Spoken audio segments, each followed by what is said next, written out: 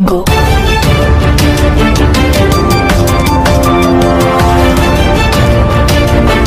बर्तमान बड़ खबर पाणीपाग को नहीं बड़ सूचना नुआ अपडेट राज्य में 2 दिन प्रबल वर्षार संभावना 8 और 9 तारिख में वर्षा धान अमल चिंता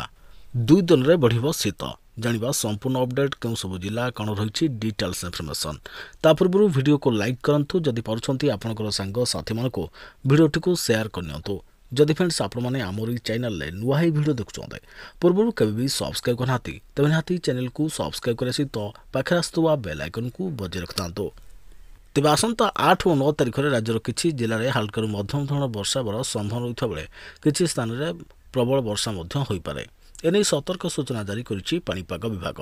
तेज 8 तारिख में गंजाम गजपति रायगड़ा कोरापुट मालकानगिरी नवरंगपुर कलाहांडी कंधमाल नुआपड़ा और बलांगीर जिले में गोटे 2टी स्थान में हालकर मध्यम धरण वर्षा बनाई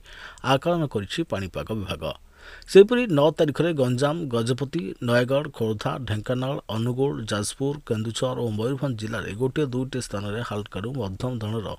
वर्षा हेबार संभावना रही अमल होगा धान फसल उपर प्रभाव पड़े निजर फसल को सुरक्षित भाव रखा परामर्श देछि पाणीपाग विभाग